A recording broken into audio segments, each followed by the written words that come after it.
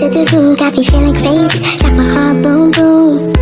Any other boy would stare, but me, I look away, cause you're making me scared. Trying not to breathe, 1, 2, 3. Trying not to freak when you look at me. Gotta make it move, but I freeze. You don't have a...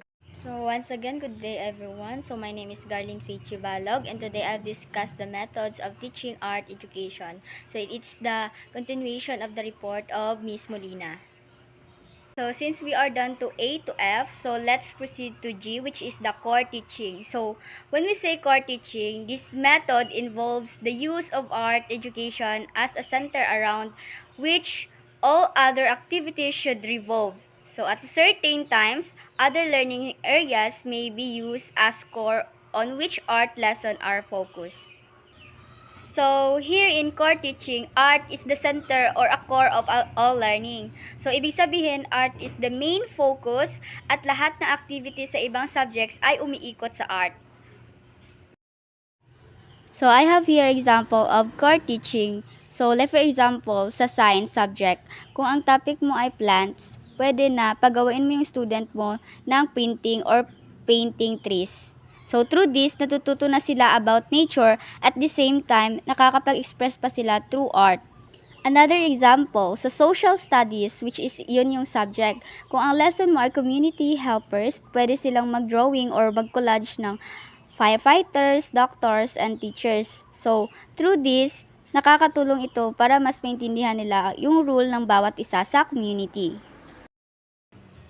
So, let's proceed to correlated teaching. So, when we say correlated teaching, the art teacher finds out what is being studied by his pupils in other subjects, and then he proceeds to plan the art work as an enrichment of these areas. So, the intention of this method is to prove that whatever motivation or incentive the pupil needs can be furnished by what he is studying in another subject field. So, art teachers who adhere to this particular approach make it their business to find out what is being studied by their pupils in social studies, science, English, or other fields. So, ang ibig sabihin ng correlated teaching, it connects art to another subject. So, dito, ginagamit ng teacher ang art para tulungan ang students na mas maintindihan ang mga lesson sa ibang areas. These are the example of correlated teaching. So, example 1, sa math, pwedeng mag-drawing ng symmetrical pattern geometric shapes para mas maintindihan yung balance at proportion. So, dito naman sa example 2, sa English, pagkatapos basahin ng isang story, pwedeng mag-drawing yung mga students ng favorite character or yung favorite scene nila doon sa kwento. So, in short, correlated teaching makes learning more meaningful because art supports other subjects. So that is correlated teaching. So let's proceed in integrative teaching. So here in integrative teaching, it is an integration in the teaching of art involves the totality of the creative experience. So in practice, the method means more than the stimulation of art expression. So, it involves examination, selection, analysis, and much learning in a number of related fields, but particularly those which have immediate bearing upon art activities as suggested by the broader topic under consideration. So, integrative teaching calls for broad planning. Unit planning is often associated with this method of teaching. So, when we say integrative teaching means pinagsama-sama ang art at iba pang learning areas para magkaroon ng complete and creative experience. So, I have here example of integrative teaching. So, example number 1, kung ang topic ay environment, so kung ikaw as a teacher, yung topic mo is about environment, pwedeng magpagawa ka ng poster about save nature at sumulat ng poem about trees. So, through this, matututo sila ng subject na science, ma-integrate doon yung subject na science, and as well as sa English. Kasi nga, di ba, nagpagawa ka ng poem. So, matututo sila ng science and English habang ginagamit ang art skills. So, another example, kung ang lesson sa history ay Philippine heroes, pwedeng gumawa or magpagawa ka ng portrait of a hero at sabayan nila ng short speech or story tungkol sa kanya or in that particular heroes na dinrawing or in-sketch nila. So, pag sinabi nating integrative teaching, it connects art with real life and other subjects. Learning becomes more creative and complete. So now, let's proceed in the art of questioning.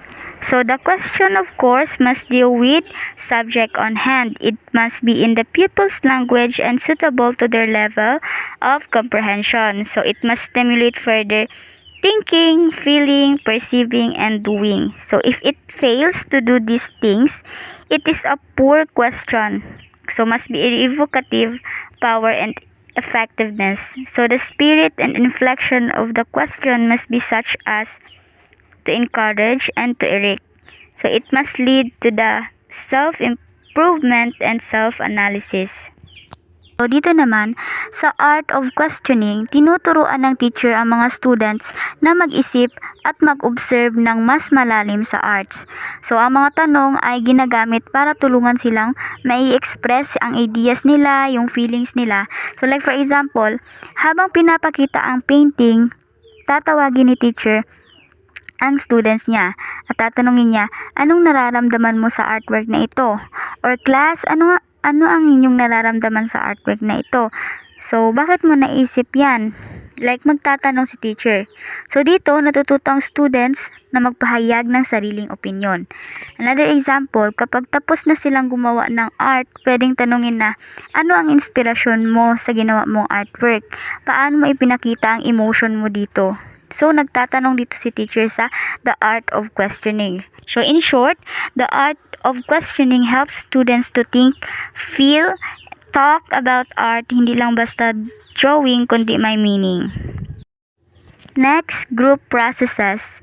So, here, it is a competent teachers has used this method for alone time. So, this involves group discussion, sharing, planning, doing, and evaluating finished artwork done by the pupils. So the most significant aspect of the method involved in group processes are first, every member of a group has an opportunity to express himself. Second, a variety of talents may be utilized. And the last, fellowship is accepted voluntarily by the majority of the group. So, dito sa group processes, it focuses on teamwork and cooperation. So, dito nagtutulungan yung mga students sa paggawa ng art project bilang isang grupo. So, example dito sa group processes is, yung mga students, gumagawa sila ng class mural. Bawat member may sariling part na idodrawing or ipipinta. So, through this, natututo silang makipagtulungan at pakinggan ang ideas ng bawat isa. So, another example, gumagawa ng group poster o collage yung mga estudyante tungkol sa temang unity and peace. So, through this, natututo silang mag-share ng materials, magplano, at mag-respect sa work ng bawat isa. In short, group process teaches teamwork, friendship, and respect while enjoying art together. So, in the last, sequential method. So, the concepts, skills, art materials, and creative artworks are arranged and planned carefully by the art teacher. So, beginning with the simplest and then advancing to the most difficult. When presented sequentially and reinforced throughout the later grades, time is provided for the assimilation of various aspects of this complex topic and became related to every other aspect of art. So, by thoughtful sequential planning, many topics such as design, drawing, lettering, sculpture, architecture, line, form, texture, and color can be presented at the level of most appropriate for them, the students, and this is dependent in subsequent grades.